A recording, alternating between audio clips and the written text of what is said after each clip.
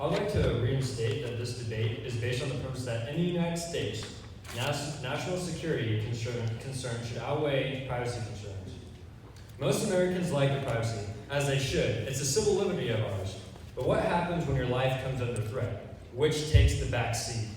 On 9/11, our civil liberties, our lives, came under attack, and Americans lost their lives because there are terrorist organizations like Al-Qaeda and ISIS that target us. Should we let our government protect us? Yes, we would be foolish not to. Since 9/11, over 50 cases of threats to our lives have been foiled thanks to defensive actions taken by the CIA, NSA, and the FBI. You may be asking, what grants us protection from the foreign and homegrown threats? The government has implemented policies such as the Patriot Act and the USA Freedom Act. The Patriot Act was quickly developed as an anti-terrorism legislation in response to September 11, 2001 attacks. The USA Freedom Act was meant to end bulk collection of Americans' metadata by the NSA. It also ended the secret laws created by the FISA court and introduced a special advocate to represent public and privacy matters.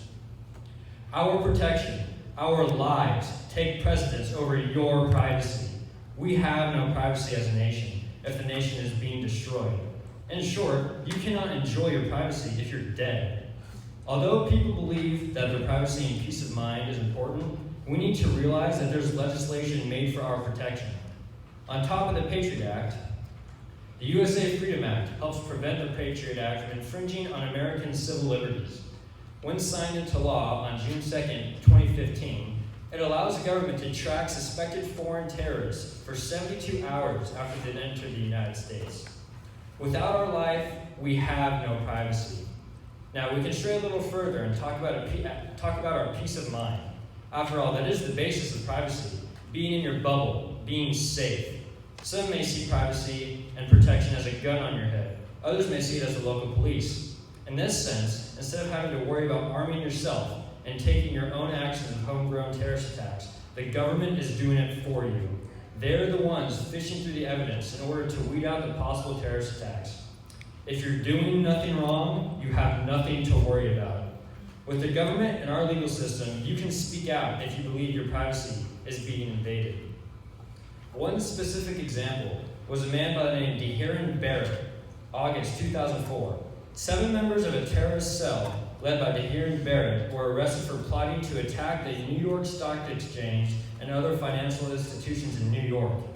They were later accused of planning attacks in England. The plots included a memorable day of black terror that would have included detonating a dirty bomb or a biological weapon in New York City.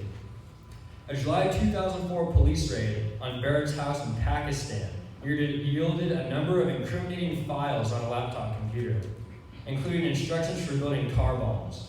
This specific thwarting of a potential terrorist attack can be attributed to the surveillance done by American intelligence agencies such as the FBI and the NSA. One other example, Hamid Hayat, June 2005.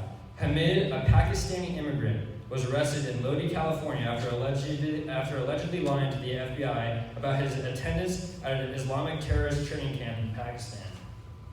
Hamid was found guilty of providing himself as a material supporter to terrorists and 3 accounts of providing false statements to the FBI.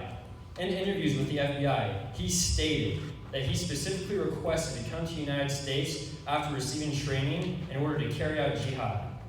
This attack would have not been stopped without the vigilance of our FBI teams and surveillance legislation. This is only 2 of over 50 cases thwarted by our government and law enforcement system. If you truly believe that your personal privacy is more important than protecting the lives of your fellow Americans, that is truly selfish.